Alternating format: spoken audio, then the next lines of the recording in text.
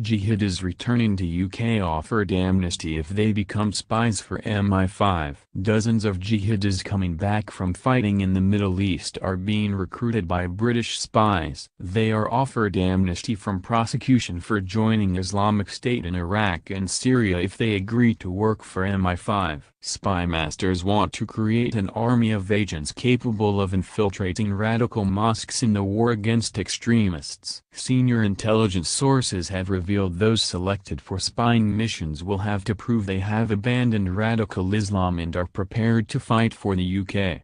The Muslim agents will be trained by MI5 in spycraft and will also undergo a period of re-education to ensure they have abandoned their beliefs.